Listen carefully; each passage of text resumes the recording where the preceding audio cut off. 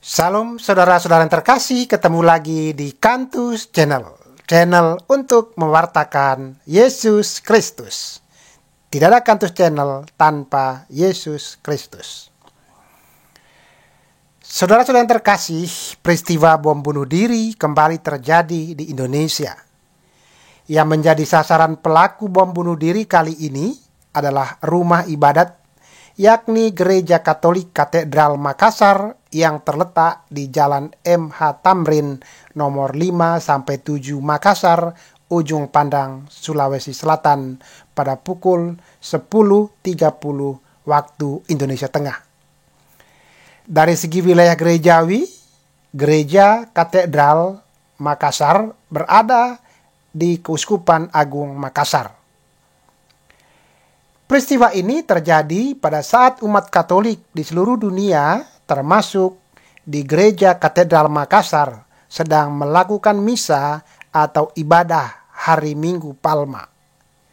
Hari Minggu Palma adalah sebuah perayaan iman untuk memperingati Yesus memasuki kota Yerusalem dengan penuh sorak-sorai dan sukacita, di mana orang-orang melambaikan ranting-ranting hijau dari daun palma dan menghamparkan pakaian mereka di jalan yang dilalui oleh Yesus.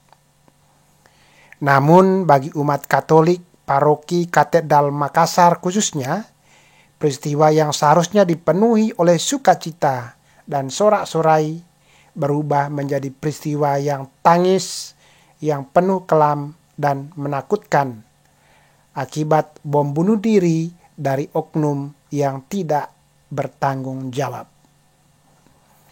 Dan kejadian ini tentu saja menambah daftar panjang peristiwa bom bunuh diri dengan target rumah ibadat, tempat suci di mana umat beriman berjumpa dengan Allah Sang Pencipta. Peristiwa ini juga meninggalkan kesedihan, trauma, dan duka cita yang mendalam bagi para korban dan keluarga. Peristiwa ini pun menjadi perhatian masyarakat luas, mulai dari Bapak Presiden, aparat penegak hukum, para politisi, para menteri, tokoh partai politik, dan tokoh masyarakat. Mereka semua bersama-sama mengecam tindakan pelaku dan meminta peristiwa ini diusut sampai tuntas. Menurut data terakhir, korban berjumlah 20 orang, mulai dari luka ringan sampai luka parah. Lalu bagaimana kita umat Katolik dan umat Kristiani menyikapi peristiwa ini? Pertama-tama kita mendoakan para korban yang terluka dan menderita. Semoga mereka diberikan kesembuhan dan kekuatan oleh Tuhan. Kedua, peristiwa bom bunuh diri ini menyadarkan kita akan sabda Yesus yang mengatakan, "Kamu akan dibenci oleh semua orang karena namaku. Tetapi orang yang bertahan sampai pada kesudahannya, ia akan selamat." Dari Injil Markus bab 13 ayat 13.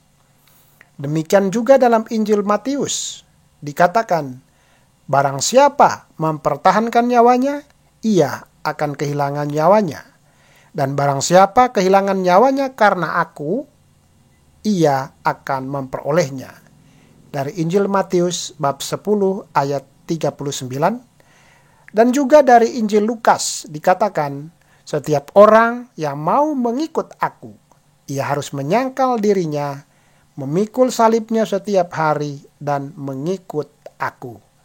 Dari Injil Lukas bab 9 ayat 23. Artinya saudara-saudara, ketiga teks ini memiliki kesamaan bahwa menjadi pengikut Yesus harus siap lahir batin, termasuk ketika kita harus siap kehilangan nyawa karena Yesus. Dengan kata lain, tidak mudah bagi kita untuk menjadi pengikut Yesus. Tetapi bagi umat Katolik, umat Kristiani yang setia kepada Yesus sampai akhir hidupnya, akan menerima mahkota kehidupan kekal bersama Yesus. Ketiga, kita tentu saja mengecam dan mengutuk keras tindakan para pelaku bom bunuh diri ini. Tetapi kita kembali lagi belajar dari Yesus. Yesus mengajarkan kita para pengikutnya untuk mengasihi dan mengampuni. Bahkan Yesus memberikan contoh ketika dia berada di atas kayu salib. Yesus berkata, "Ya Bapa, ampunilah mereka, sebab mereka tidak tahu apa yang mereka perbuat." Inilah sabda Yesus sekaligus teladan Yesus yang patut untuk kita hayati di dalam kehidupan sehari-hari. Terima kasih, Tuhan memberkati.